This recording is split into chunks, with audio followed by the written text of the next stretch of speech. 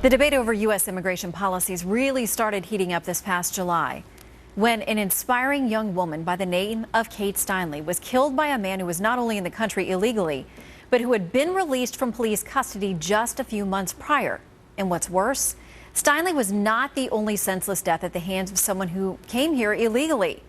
Josh Wilkerson was beaten, tortured, and killed by someone who fit that description back in 2010.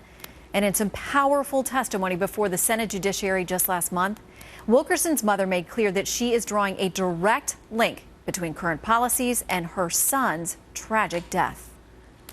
My son's name was Joshua Wilkerson. On November 16, 2010, he was beaten, strangled, tortured until he died.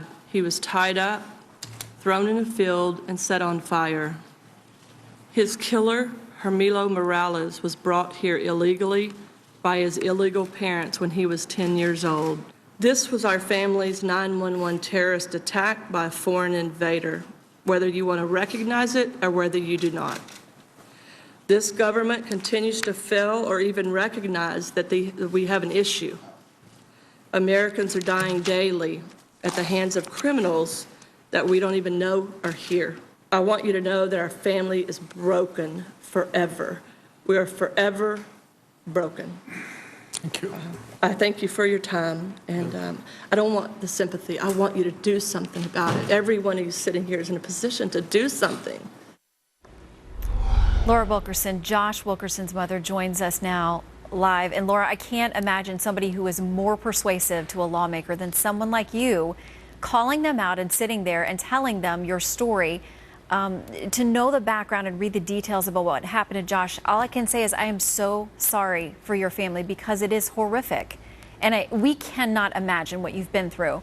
It's been 5 years since his death, and yet still nothing has been done to address many of the problems that you highlighted. How are you feeling today and looking forward to whether you think something concrete is finally going to happen? Thank you for having me. I feel like there's progress that's being made because we're still talking about it. In the beginning, you might speak about it and then you would hear nothing, especially on a national level. So there is progress that we're still talking about it. There's been some plans thrown out there to try to change it, and so that to me is progress. It can't come quick enough. Yeah, I mean, some of what we're talking about is not controversy at all. I mean, people who are here and have committed criminal acts, in many cases, these are people who have bad actions in their past, criminal activities or other issues that mean they should have been deported. Some of them have been deported multiple times, and yet they're back here in this country and taking innocent lives. There are other things that are a little bit more controversial, things dealing like with sanctuary cities, cutting off funding to them or somehow forcing them to comply with federal laws that are on the books. Are you hopeful that particular issue, possibly sanctuary cities, will get a closer look based on some of what's happened? I hope so, because no one deserves a sanctuary city. They're not going to give it to me, or they're not going to give it to you. I don't understand the creation of them in the beginning. It just says, come on down and, we'll let you go. It makes no sense to me that we're even talking about this subject.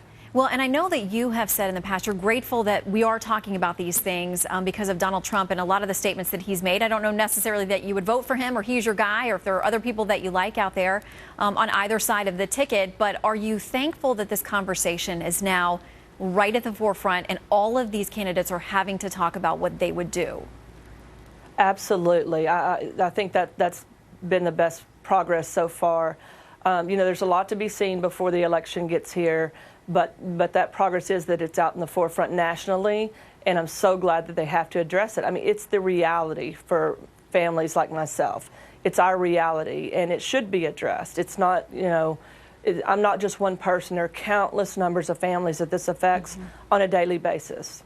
Well, as I said, it is so helpful when people like you and other families come forward and personalize this. So we all know it could be any of us that are dealing with this pain, with this kind of loss over something that did not have to happen.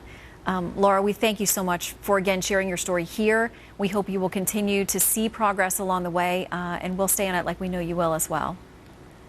Thank you so much for having me. Thank you. All right, we seem to be hearing incidents like Ms. Wilkerson's and the family there more and more lately. But still, the mainstream media is lending a sympathetic ear when it comes to illegal immigration. Why?